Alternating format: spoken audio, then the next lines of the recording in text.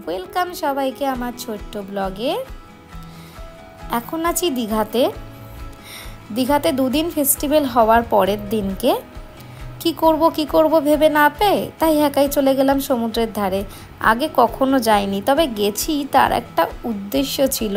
হ্যাঁ, প্রথম উদ্দেশ্যটা ছিল মাকে খুঁজে বার করা, আর মায়ের ফোনে একদম লাইন লাগছিল না, তার জন্য আমি একাই হাঁটতে শুরু করে দিয়েছিলাম। যেতে যেতে একটা জিনিস দেখলাম, সেটা ভাবছিলাম যে আমার হাজবেন্ড যদি সঙ্গে আসতো তাহলে সেটা কখনোই সম্ভব হতো না। তার কারণ এর আগে ওকে অনেকবার বলেছি, ও কখনো রাজি হয়নি। ভেবেছিলাম মাও হয়তো রাজি হবে না, তাই সবাইকে না বলে আমি চলে গেলাম দোকানে। আর দোকান মানে তো বুঝতেই পারছো, দোকান তো ওখানে সব দোকানেই সবই পাওয়া যায়, কিন্তু কিছু কিছু দোকানে সেই জিনিসটা পাওয়া যায়। এসে গেছি দীঘা মেন যে বিশ্ব বাংলার ঘোড়া লাগানো যে গেটটা, সেটাকেও ক্রস করে এরকম সমুদ্রের পাড়েই গাড়ি নিয়ে যে মাছ বিক্রেতারা আছে তাদের দিকেই তাকাতে তাকাতে বেশ অনেকটা দূর পৌঁছে গেছি। আবার রিটার্নও করেছি। তো রিটার্ন করার সময় আমি সমুদ্রের পাড় ধরে রিটার্ন করছিলাম, কারণ প্রত্যেকবার আমার মানসিক থাকে যে যতবার আমি দীঘায় যাব আর সমুদ্রের সামনে একবার গিয়েও সমুদ্র দেবতাকে 1 টাকার কয়েন উৎসর্গ করে দেব। এটা যতদিন পারবো ততদিনই দেব। যাই হোক, পুরো ভিডিওটা দেখুন।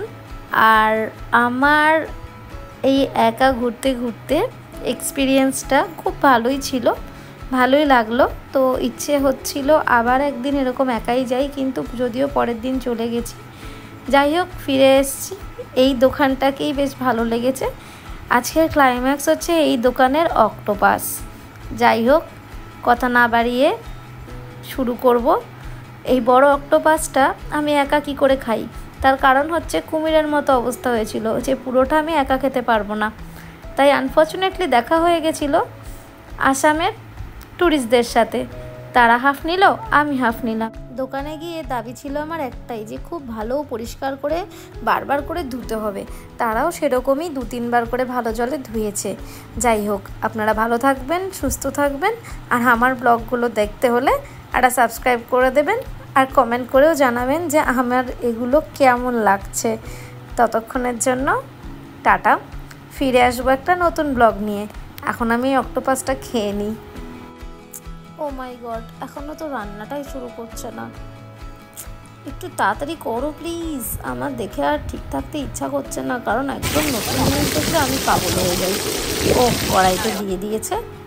যাই হোক, এবার এক্ষুনি হয়ে যাবে। ততক্ষণ তোমরা মাছগুলোকে দেখতে থাকো। বাড়িতে কাউকে দেখানো যাবে না আমি কি খাচ্ছি, লুকিয়ে লুকিয়ে খেতে এসেছি।